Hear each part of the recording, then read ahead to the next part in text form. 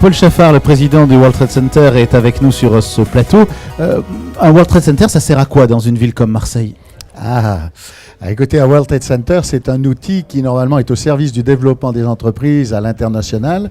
C'est également un outil de rayonnement et d'attractivité puisque ça facilite l'éventuelle implantation d'entreprises, la création de bureaux, d'une domiciliation, etc. Et puis, c'est aussi un lieu qui amène des services pour les entreprises pour y tenir des congrès, des réunions, des séminaires.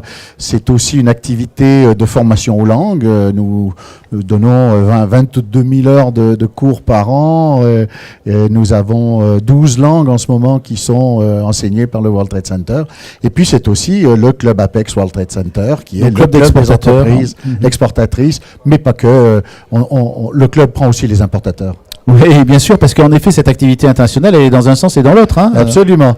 Et le business, il se fait dans les deux sens. D'accord. Aujourd'hui, les TPE, PME peuvent aller à l'export, ou bien c'est quand même des marchés qui sont très difficiles quand on n'est pas structuré à l'intérieur d'une entreprise, parce qu'on a 6, 7, 8 salariés seulement, quoi.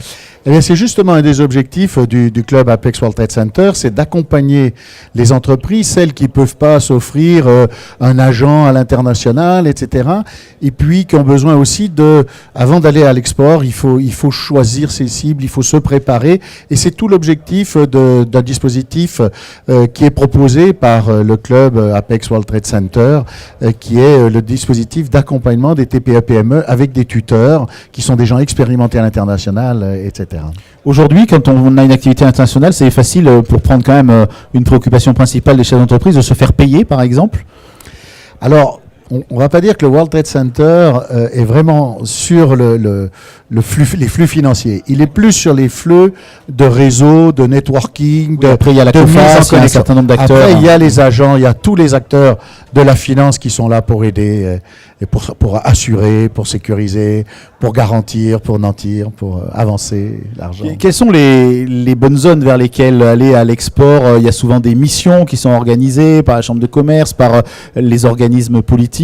Ça vaut le coup d'y participer, de faire cette espèce de chasse en meute dont on parle, de partir ensemble à l'export sur des missions de ce style-là, ça peut aider ? Ah bien, les missions à l'export, plus elles sont collectives, donc plus elles regroupent les acteurs, les différents pôles de compétitivité, les villes, la chambre de commerce, la région, CCI International PACA, plus elles ont de l'impact, je dirais, plus elles permettent de vraiment tirer profit du fait d'aller faire une opération de développement dans un pays donné.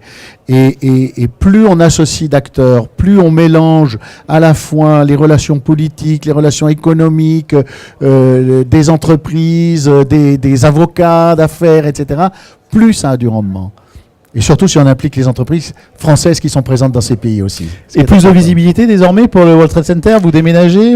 Alors, le World Trade Center est en train de réaliser une partie des projets qu'il a présenté déjà, qu'il a eu l'occasion de présenter.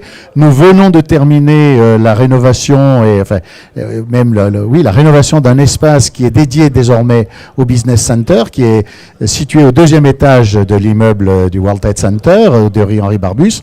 On va faire une conférence de presse. D'ailleurs, je vous le dis, vous allez recevoir l'invitation pour le 21 septembre, qui va être la conférence de presse d'inauguration, disons, de cet espace. On en profitera également pour faire un point sur les projets, et sachez que nous avons développé un outil maintenant de visite virtuelle qui va nous permettre de commercialiser les espaces aux gens qui cherchent des endroits pour faire des congrès, des séminaires, et on va commencer bien sûr à vendre, lorsque nous réouvrirons après la rénovation, de tout l'espace des congrès et des séminaires. Les travaux démarrent et nous réouvrirons, travaux terminés, tout en place, tout modernisé avec des outils extrêmement modernes.